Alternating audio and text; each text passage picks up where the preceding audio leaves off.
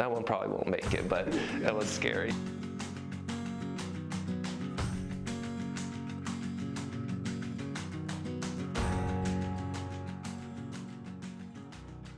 My name is Corey McPherson. I've been working at Oboz for a little over 2 years, and I'm a dealer services representative. Yeah, my interests are pretty basic. I like to go hiking, backpacking, golfing, fishing, just try and spend as much time out as I can. It's one of the reasons why I moved here to Montana was just a lot of places to go out and explore and have fun. So anything outside, I'll enjoy it.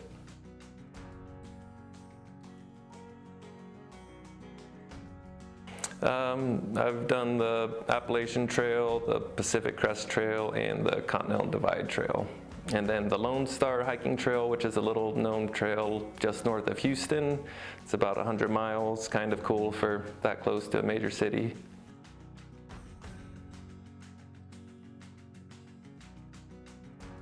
I don't really know. It was a combination of kind of liking camping and liking hiking, and never had really done an extensive backpacking trip, so just thought it would be something that I would enjoy, and turns out I did. I probably started planning 4 or 5 months before starting. Just really started watching YouTube videos, which at the time there wasn't a lot of YouTube videos or social media videos about long trails. So yeah, I just kind of got motivated watching some videos of other people doing it and started putting my gear together, and yeah, just started thinking about getting out there and starting. I didn't really do a ton of budgeting per se. I kind of just go with the flow and saved up money that I thought would be enough, and yeah, got the gear and kind of just went out there and spent the money as I needed to, and was lucky enough to make it through.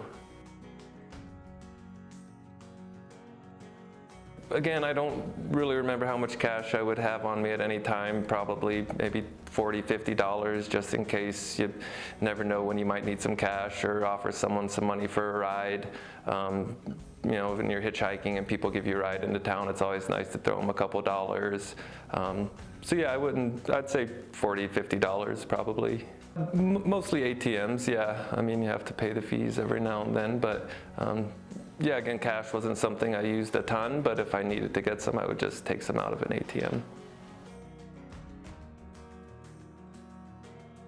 So technologies that I had to carry with me that needed charging was, yeah, phone, headlamp. I didn't really have a GPS or a spot or anything, so I just always had an extra set of batteries for my headlamp, and then that external battery to charge phone, or once I got a camera, charge the camera. If you have a GPS or a watch, then the external batteries, now you can get quite a few charges out of them, so it's pretty helpful. Yeah, they have external batteries, so I just had an external battery that you can get 2 or 3 phone charges off of, so I'd always have one of those fully charged for each section.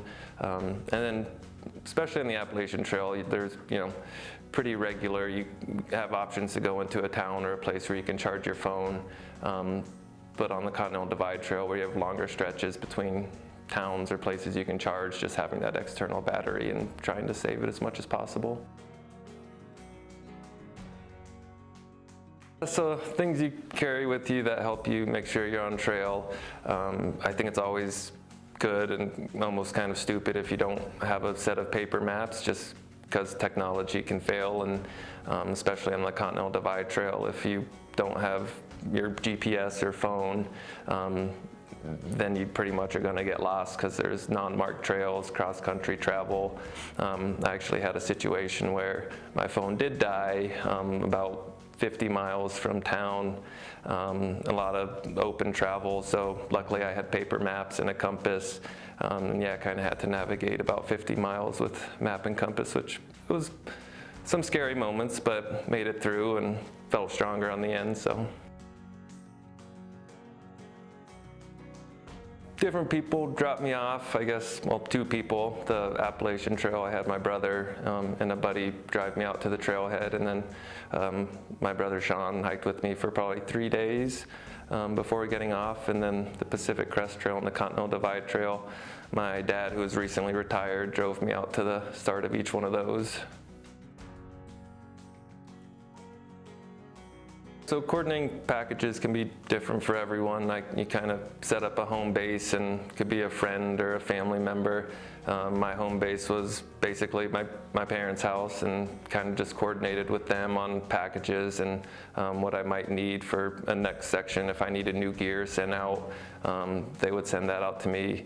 And then you also are in town, so if other things that you can supplement off of are going to the grocery stores or picking up stuff in town. But my home base was my parents' house. Most amount of time I spent by myself was probably 4 days. Was at the start of the Continental Divide Trail. It was just me and one other person starting that day. And he took off the first night and never saw anyone again until about 4 days later. So that was fun, hiking through the desert by yourself. It's, pretty entertaining actually. The desert's a pretty cool place. But for the most part, you're always with someone or bubbles or traveling through, and you're constantly meeting new people and seeing the same people. So, I mean, you meet lots of people. The Appalachian Trail, you're meeting new people every day. Pacific Crest Trail, you get into a little bit more of your bubbles, and they're just kind of overlapping. A couple hundred people probably, it's kind of a community, and trail names kind of become recognized, even though there's a lot of double trail names now. My name was Baggins, or Frodo on the Appalachian Trail. But yeah, on the Continental Divide Trail, maybe 40, 50 people, so pretty low on that. I do have 2 trail names, I guess. Yeah, on the Appalachian Trail, my name was Frodo, and then I figured I would upgrade it for the next 2 and just went with just Baggins. No, I didn't know about the whole, about how you get named. I thought it was like standard procedure to like have your name when you go out on the trail. The most important things you are going to pack are, the big 3 are kind of your sleeping bag, tent, backpack. Then, most people carry a water filter. And outside of that, it's clothes, and then a lot of just creature comforts, so things that you want to have with you and you think's worth the weight. I kind of was not a heavy packer, but I carried what I wanted, so I wasn't by any means ultra light, but I figured if I could carry it and I wanted it, then I would have it in my pack. I'd have like candy, a little bit of whiskey, but yeah, nothing that would be out of the ordinary or anything. I usually carried 4 pairs of socks. One was strictly like a sleeping pair of socks that I wouldn't really hike in unless I had to, and then just 3 pairs of socks that I would try and alternate each day. They get pretty crusty and nasty. Slept in the clothes that I was hiking in. I didn't have really a separate set of sleeping clothes. A pair of like leggings and just a long sleeve like lightweight wool shirt was pretty much it. My first aid was pretty limited. I was lucky enough to really not have any injuries other than just blisters and some shin splints. Ibuprofen, Neosporin, and cortisone was pretty much the extent of my first aid kit. So one of the reasons I guess my name was Baggins was I read The Lord of the Rings, at least on the Appalachian Trail and the Pacific Crest Trail, went through The Lord of the Rings and The Hobbit. So yeah, just read, plan out the next day, look at the map on the trail, what was coming up the next day, and kind of look at water sources, get an idea of how difficult the day was going to be. So just kind of planning and maybe some reading. Things you learn are just how to, I guess, cut down weight. Even though I carry things I want, there's still stuff that you can get lighter on. When I hiked the Appalachian Trail, I was pretty green and didn't have a ton of experience, so I had a synthetic filled Columbia jacket that probably weighed 2 pounds.